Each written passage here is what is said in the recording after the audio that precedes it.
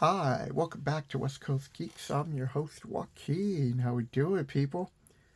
So today's video is, as you can guess, the World of Greyhawk is now coming to 5th edition. So they've hinted at it in the Dungeon Master's Guide, and so they're going to be talking about various locations, I guess, on how to, create your own campaign. And I have my boxes here of Greyhawk, and then I have the second one, which is from the Ashes. So, excuse me. If you're looking for a unique, like pretty much Game of Thrones style gameplay where you want the player characters to be involved in politics and intrigue, in Greyhawk is that setting because you have all these nations leading up before the war, which you could use the Greyhawk box, or from the Ashes. You can download all this stuff right here. It's all free, or you could find whatever pirate site that you find. But I'm pretty sure Drive Through RPG and some of the other ones. Not that I'm endorsing Drive Through RPG. I've never used their products yet, but I don't have anything bad or good to say about them. So I'm just throwing that out there that they're not sponsoring me or anything. I'm pretty sure that they have some of these supplements, or at least some of the books out there. And what's cool about Greyhawk is there's all. It's like the Forgotten Realms. There's so many. Besides books, I'm talking about YouTube and YouTube channels just dedicated to information about this. So I know that they are a little bit worried about what they're going to do because you saw in the giant book that came out. Actually, I can't remember it offhand. Give me a second to rethink about it. AKA, look it up. Bigby presents Glory of the Giants.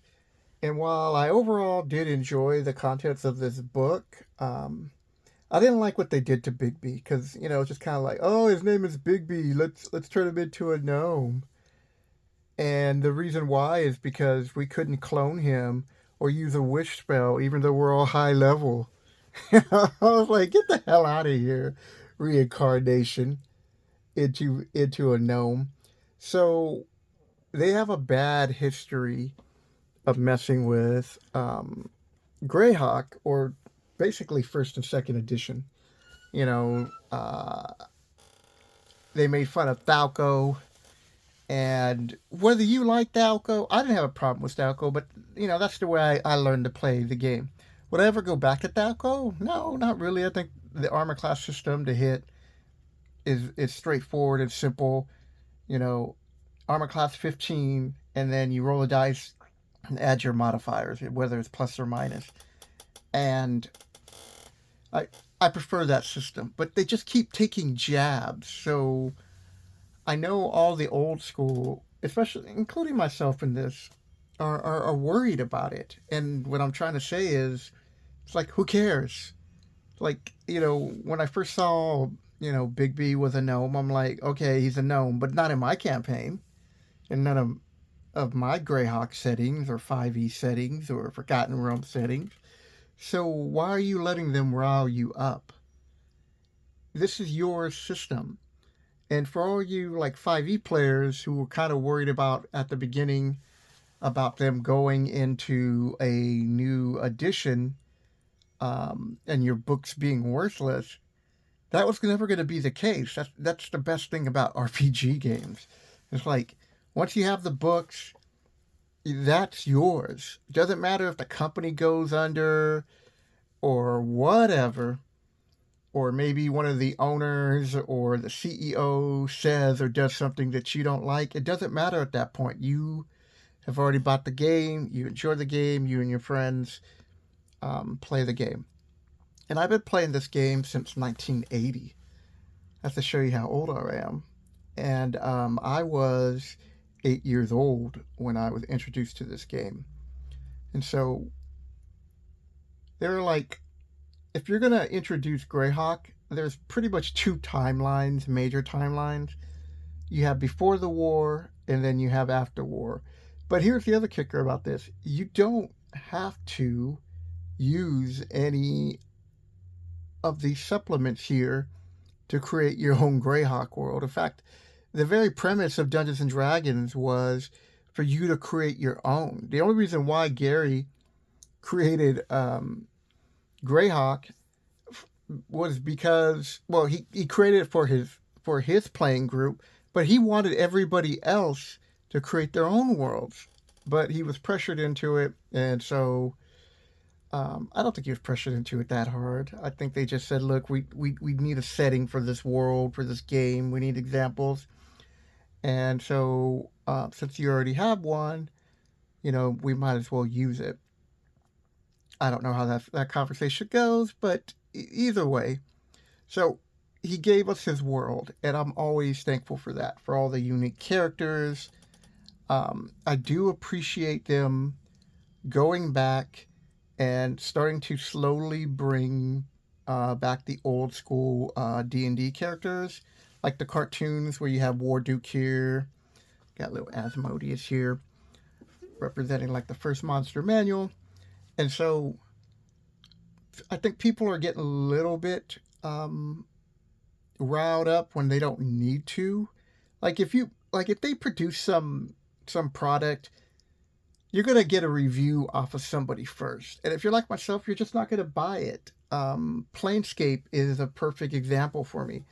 I saw the reviews and I was just like, okay, do I really need to add Planescape when I have most of the original boxes and like probably at least half the supplements and modules and everything else?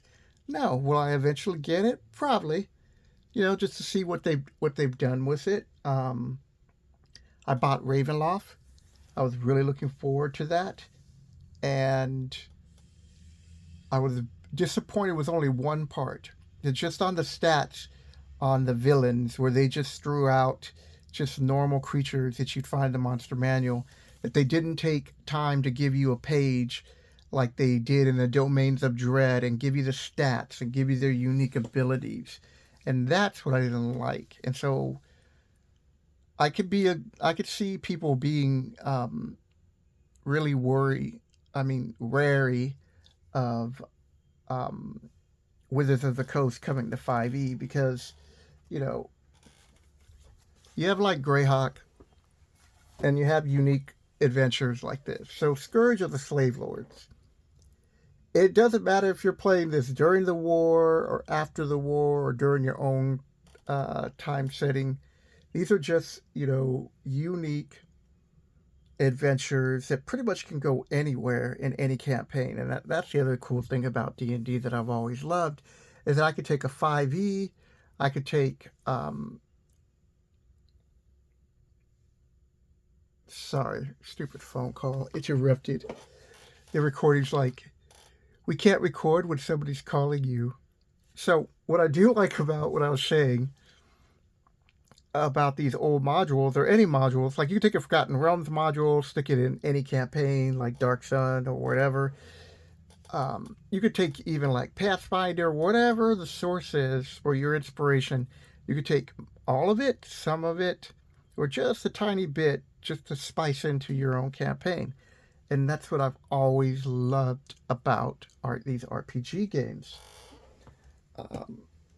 If you're going to go with like first edition before the war, if you can get a hold of the box set, the Slave Lords is actually a good place to start. There are 4 individual modules, unlike the Temple of Evil, which is just takes forever. A1 through 4, and they actually have an A0, makes these adventures short, and your players can then determine if they want to continue on. Another book, don't fall over. Oops, hold on. Another book that I'd like to, don't you follow me. I really enjoyed this. So if you're looking for some really good flavor for your Greyhawk setting, then I highly recommend this book. They have the unique characters, they have unique spells, but most important, they have the magical items, and there are additional locations on the map of the Flanders here, which is just one continent, I believe, of 4. So I really wish they would have fleshed out the other 3. So maybe if we're lucky, we'll get that. But if you're looking to go to war, there were a couple of adventures. But if you're looking for like a supplement or accessory, the Adventure Begins is a great place to start. So it's like 10 minutes, so I want to keep this video somewhat short, and we're wrapping up. But we have the Marklands and Ius the Evil. So if you want to play up to leading up to the war, these 2 accessories are really good, and you can have your player characters actually fight in the war and change a small part of the territory that's either lost or gained by Ius. And in both these accessories, they do talk about how the player characters can impact what's going on, and they show you the history. And From the Ashes is great because that's the aftermath of how Ius the Evil, who is the prime material god, that is his realm. So he's the most powerful god in the prime material, or on Oris. That's his planet. So there's a reason why they go into where a lot of the other gods don't interfere. And this is like, they go more into why you don't see gods on your plane or on Oris all the time, and you'll mostly see like avatars. And they talk about the history of Ius and how it rose to power.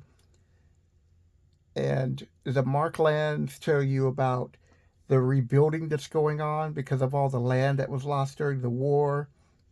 And they tell you about the other places, like the Great Kingdom, and what's going on up north with the barbarians. So I hope you guys enjoyed this video. I'm going to hold judgment to see if they even do anything with 5e. I mean, with Greyhawk. I mean, just because they put it in Dungeon Master's Guide and use it for an example, we'll see. If it's to the extent of them just reprinting, first and second edition adventures like they've been doing, then I'm all for that, because the more 5e players can go back and have the same experience as our old school D&D players is great for the hobby. So with that, people, I hope you guys are going to have a good weekend, and I'll catch you next week. Take care.